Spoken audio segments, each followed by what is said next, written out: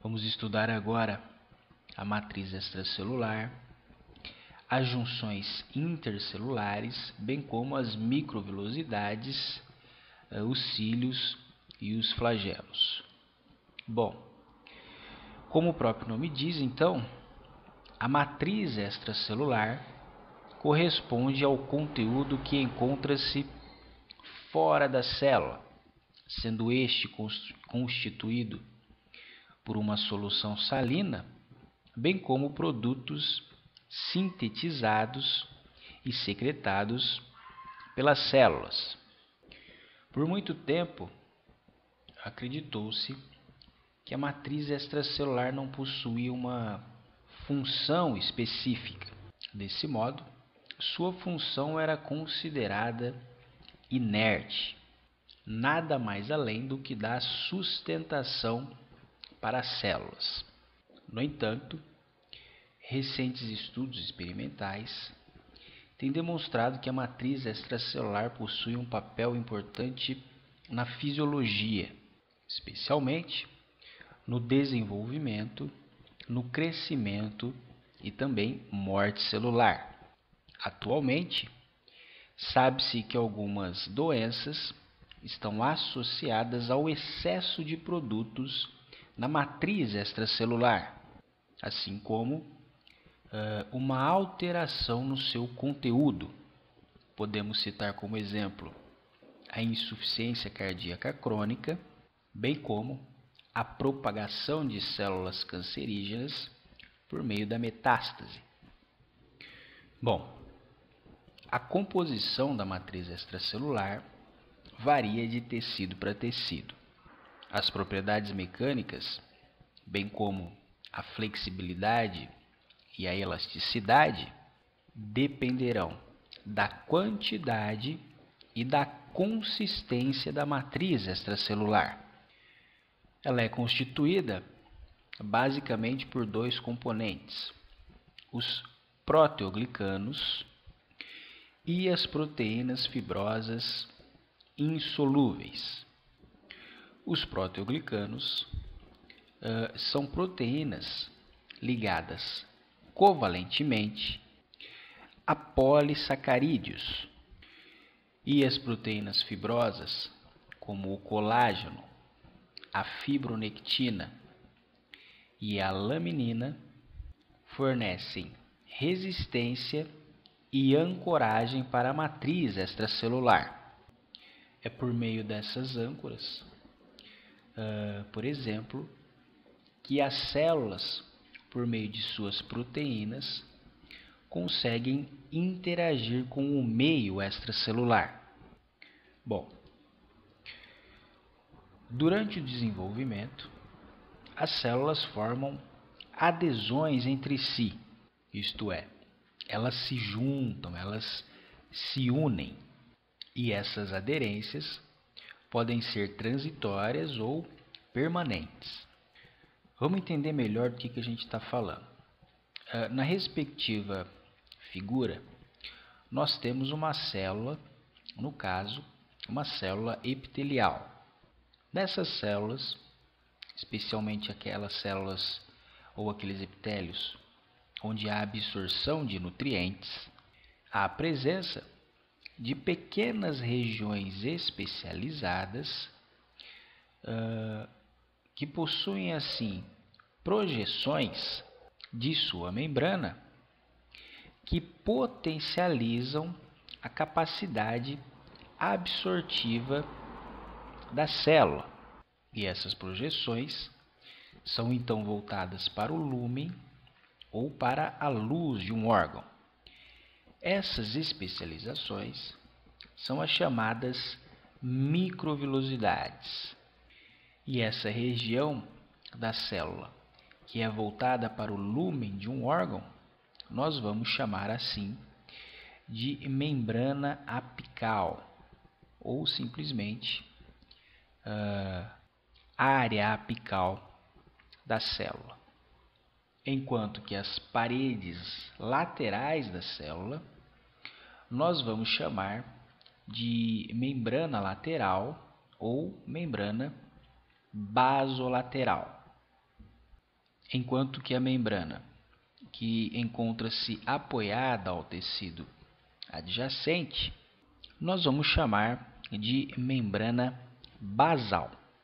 Bom, a membrana basolateral de muitas células epiteliais possuem regiões especializadas, sendo estas chamadas de junções celulares, ou, como apresentado no título da nossa aula, junções intercelulares. E essas junções celulares ou intercelulares têm a função não só de adesão às células vizinhas, mas também tem a função de vedar a passagem de substâncias por esses espaços. Essas junções intercelulares podem ser classificadas como junções de adesão, os quais incluem as junções de oclusão, as junções de adesão, os desmossomos e os hemidesmossomos. As junções gap ou junções comunicantes também são junções de adesão, no entanto, com uma função específica. Ela permite a comunicação entre os espaços intracelulares. Desse modo, o conteúdo de uma célula pode se difundir para outra de forma mais rápida. Em uma imagem por microscopia eletrônica, nós podemos observar essas junções intercelulares.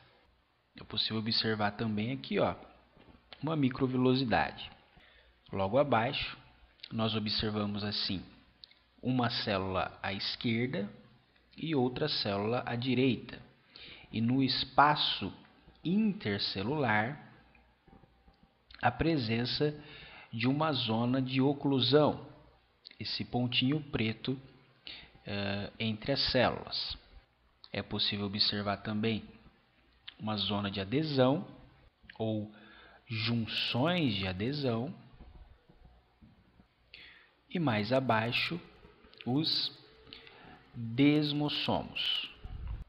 Nessa imagem, então, é possível observar apenas essas três zonas, as junções de oclusão, as junções de adesão e os desmossomos. Os hemidesmossomos, bem como as junções gap, não estão presentes nessa imagem. Bom, vamos agora analisar cada uma dessas junções separadamente, iniciando pelas junções de oclusão, que também podem ser encontradas na literatura como junções impermeáveis ou junções estreitas. Essas estruturas costumam ser as junções mais apicais nas células, especialmente nas células epiteliais. Essas estruturas formam um cinturão, percebe? Que circunda toda a célula, ou seja, todo o espaço intercelular é vedado, não permitindo assim a passagem de moléculas insolúveis nesse espaço intercelular.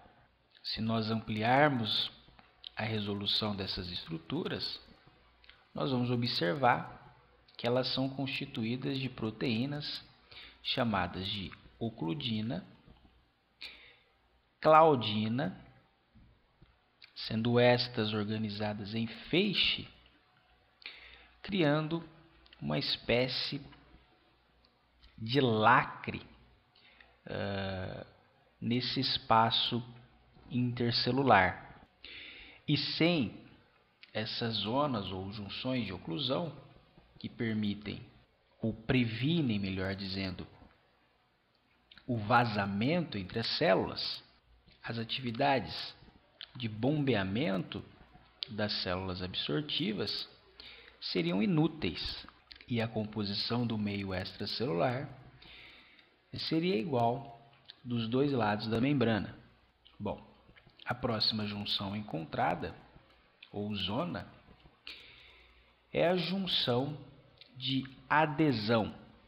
Essa junção também circunda toda a célula, como você pode observar, assim como também contribui para a aderência de outras células. Essas estruturas são constituídas por uma placa de filamentos de actina, que são responsáveis por realizar o ancoramento intracelular. Nas células epiteliais, filamentos intermediários de queratina ancoram-se a essas placas de actina ou então formam alças que retornam ao citoplasma, percebe? Então elas vêm, se fixam e posteriormente retornam ao citoplasma. E a adesão entre as células ocorre por proteínas da família das caderinas. Percebe que as moléculas de caderina de uma célula então se ligam às moléculas de caderina da outra célula, formando uma espécie de zíper. Na imagem por aproximação de microscopia eletrônica, nós podemos observar então a placa de actina,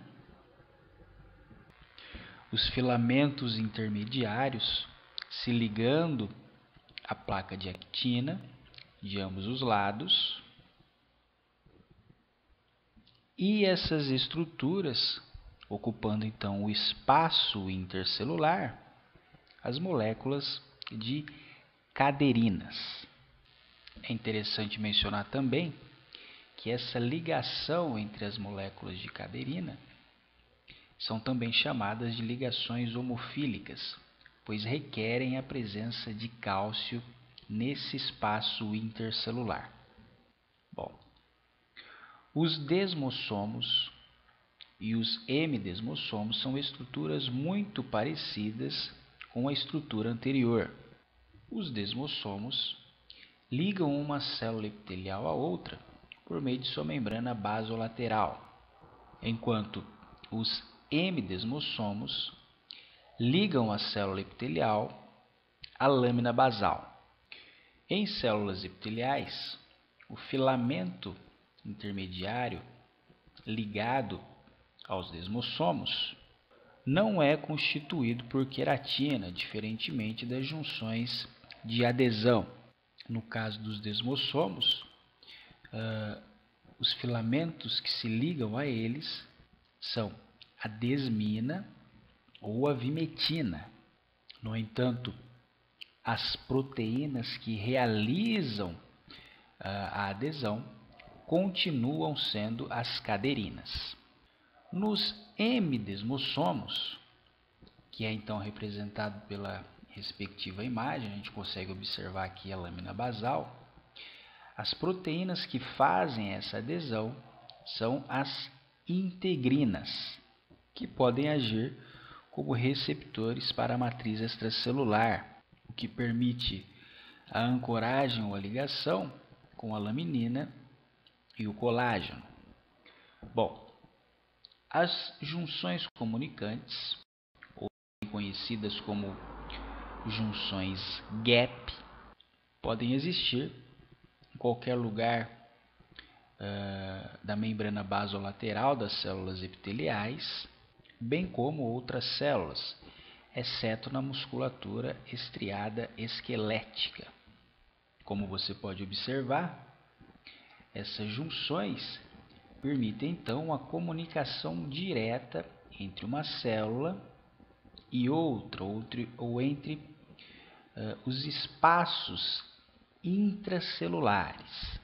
Perceba então que essas estruturas formam um canal, sendo constituído por 6 subunidades de conexina, que quando agrupadas chamam então de conexon.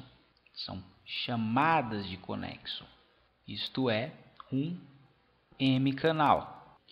Essas 6 subunidades ou hexâmeros se comunicam com os conexons da outra membrana, formando assim um dodadecâmero, ou seja, um canal com 12 subunidades de conexinas. Esse canal possui um diâmetro de aproximadamente 1,5 nanômetros, onde permitem a passagem de substâncias com peso molecular de até 1 kDa. Esses canais são então importantíssimos, pois permitem a passagem rápida de elementos de uma célula para outra. Um exemplo disso são os sinais elétricos do músculo cardíaco. Bom, as microvilosidades são especializações de células epiteliais, no caso das membranas apicais. Cada microvilosidade possui aproximadamente 1 micrômetro de comprimento e 0,08 micrômetros de espessura. E seu interior é constituído por filamentos de actina. Como nós podemos observar na respectiva ilustração, os filamentos de actina estão orientados verticalmente em direção à ponta da microvilosidade. Entre esses filamentos com orientação vertical, há também os filamentos de ligação cruzada, que ligam um filamento ao outro. E há também a presença dos motores moleculares, no caso, a miosina do tipo 1 e miosina do tipo 2, que no caso encontra-se ligada aos filamentos situados ou orientados horizontalmente na base da microvilosidade. Desse modo, essas duas proteínas então podem realizar o movimento dessas microvilosidades. Bom, os cílios e os flagelos são prolongamentos dotados de motilidade, isto é, de movimento. Eles podem ser encontrados, no caso dos cílios, no epitélio do trato respiratório, realizando assim o batimento ciliar, assim como também podem ser encontrados em células gametogênicas, como os espermatozoides. Essas estruturas são mais alongadas que as microvilosidades. No caso dos cílios, elas podem medir entre 5 e 10 micrômetros de comprimento e possuir um diâmetro de 0,2 micrômetros. Bom, os cílios executam movimentos rápidos de vai e vem, e geralmente são movimentos coordenados com os cílios de outras células, o que gera uma corrente de fluido ou de partículas que impele ou move as partículas em uma única direção. Já os flagelos realizam um movimento helicoidal e estão associados ao movimentos de uma célula, como por exemplo o movimento dos espermatozoides. Bom, os cílios e os flagelos contêm um núcleo de microtúbulos que são dispostos longitudinalmente, percebe? O que também é denominado de axonema. Essa estrutura surge por meio de um corpo basal, por meio da ciliogênese, que é o processo de formação do cílio. Essas estruturas consistem em 9 microtúbulos dupletos, isto é, 9 pares de microtúbulos, assim como também um par de microtúbulos centrais. Cada dupleto é constituído por um microtúbulo completo, sendo este constituído por 13 protofilamentos de microtúbulos.